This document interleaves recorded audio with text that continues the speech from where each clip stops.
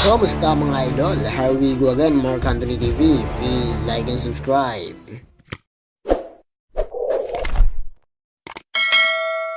Rendon Labador, may real talk na naman kay KIKO Matos at motivational na real talk na rin sa lahat ng mga manonood. Ito ang ating pag-uusapan ngayon. Pero bago tayo magsimula ay shoutout muna tayo sa mga walang sawang manonood ng Mark Anthony TV. Shoutout kay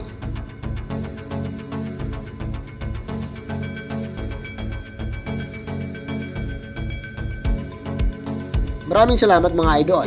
Mabuhay kayo. Isang.malupitang real talk mga idol ang inilabas ni Rendon Labador patungkol kay KIKO Matos dahil nga sa pakikipag-colab ni KIKO Matos kay ERUPTION.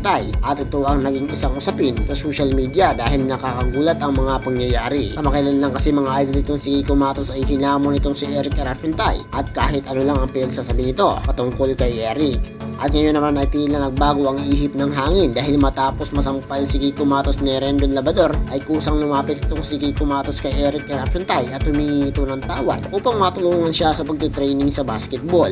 Samantala ay marami itong pinangako si KIKO Matos na hindi daw ito magmumura, hindi na magiging masama at magiging mabuting influencer ito sa mga tao. Kaya naman sa pag-uumpisa pa lang ng training nila KIKO Matos sa basketball ay may inilabas itong solidong real talk si Rendon Labador. Panoorin natin. Ako kasi guys, real talk talaga ako magsalita. Talagang yun yung reality eh. Diretso ako magsalita eh. Kapag may napapansin kasi akong negative, nadidetect ko agad. Kaya yung mga tao, hindi makaporma sa akin. Kaya yung mga ibang influencer, hindi makaporma sa akin kasi alam ko na yung mga motibo nila. Kailangan kasi guys, maintindihan nyo talaga yan ha.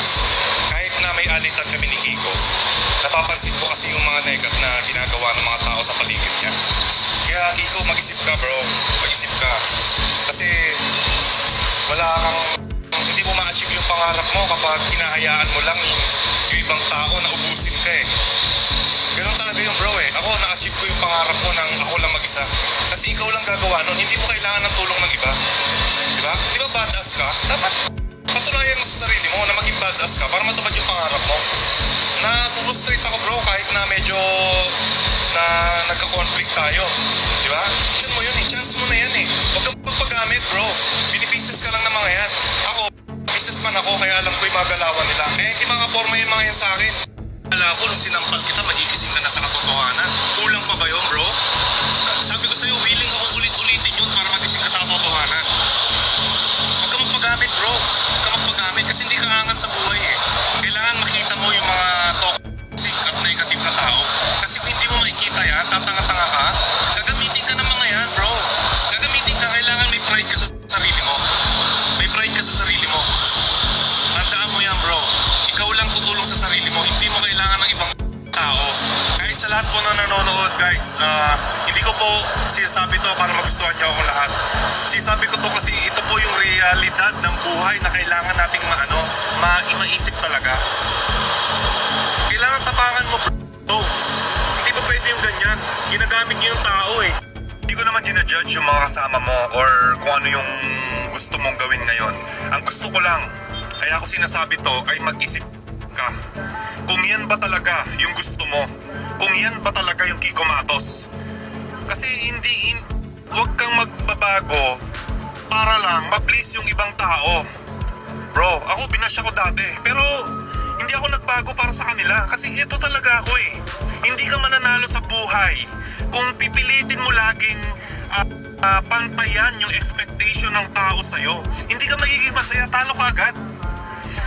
Pagpakatotoo ka, Kiko. Kung saan ka masaya, doon ka. And huwag mong ilulugar yung sarili mo sa baba ng ibang tao. Magkaroon ka ng pride, bro. Nabilib ako sa'yo kasi trash talk mo ako. Kasi sa buong buhay ko, wala pang gumawa sa akin ng harapan. May respeto kita ron. Hindi ko sinabing tigilan mo yun. Sa buhay, bro, hindi mo lahat talaga mapiplease. Diba?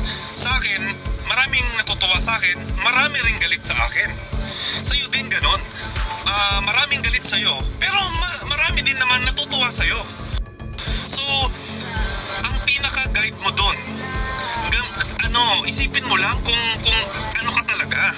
Kasi yung buong buhay natin, bro, journey yan para habang nagmamature ka, nagpapakatotoo ka na nagpapakatotoo hanggang sa ma-reach mo talaga yung pinaka-komportable ka sa sarili mo.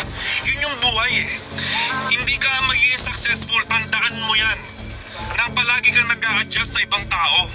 Ang journey mo, makilala yung sarili mo, magpakatotoo ka. Real talk bro, real talk bro. Ito pa, importante. Kiko, kung napapanood mo to, bago ka kasi umakyat ng level, kailangan kayanin mo yung matinding pressure. Never na naging madali na nandito ko sa taas. Tandaan mo yan. Kung gusto mo talagang umangat sa buhay, dapat yung mga pressure ng buhay kaya mo. Kasi kung gaano kataas yung pressure na kaya mo, ganun din kataas yung mararating mo. Hindi ka pwede maging mahina. Tandaan mo yan. To bro, real talk ka, real talk. Hindi ko sinasabing magpapait ka sa akin or hindi ko sinasabi, wala na akong pakialam doon. Gawin mo, gusto ko magpakatotoo ka. Guys, lahat mo nanonood, gusto ko magpakatotoo lang kayo. Huwag niyong ipiplease yung ibang tao. Kung sino kayo, gawin niyo. Kung saan kayo masaya, gawin niyo. Yun yun. I-judge kayo ng tao. Kasi mga tao ngayon mahihina eh. Kaya nga ako, wala nang kaibigan eh. Kasi toxic talaga yung tao bro. Kilala ka lang yan kasi nakikita na nila na nandiyan ka na eh. Dati hindi ka pinapansin, tapos ngayon may ipagkaibigan sa'yo, lalapit sa'yo. Kasi nga, gagamitin ka ng tao. So, alam ko na yun. Kaya ako, umiiwas ako sa tao.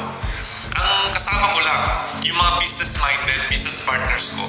Yung mga iba na nagsasayang oras, hindi ko. Nandito na ako sa stage ng buhay ko bro na alam ko na yung totoong kulay ng tao eh. Real talk to ah. Di po ayoko magbayabang. Ang daming nakikipag-collab sa akin ngayon na malalaking pangalan. Pero, hindi ko pinapansin. Alam mo bakit? Kasi alam ko na yung mga style nila eh. Dahil hype ka, kilala ka nila. Noong nagsisimula ka pa lang, hindi ka papansinin. Di ba? Business-minded dapat tayo. At kapag wala na silang mapapakinabangan sa'yo, hindi ka napapansinin ng mga yan. Yun yung pinupunto ko dito.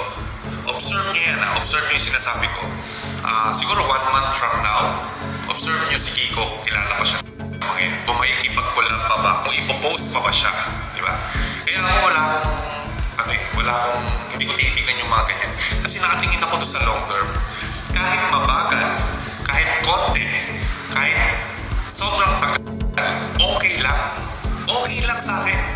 Patience, marami ako niyan. Kasi ang tinitignan ko yung long term. Kasi yun yung ultimate success na hindi pwedeng makuha ng lahat. Pag short term ng tao, cheap. Mumurahin kang tao, pinagpalit mo agad. Na-excite ka, ginamit ka, tanga ka. Wala. Real talk bro, real talk. Yun. Anong masasabi nyo sa video na napanood nyo? Mag-comment lang at ibigay ang reaction sa napanood nyo. Hanggang dito na lang tayo mga idol, at kung nagustuhan mo ang video na ito ay baka pwedeng makahingi ng like and subscribe. Pindutin nyo na rin ang notification bell para palagi kang updated sa mga video na kagaya nito. Maraming salamat.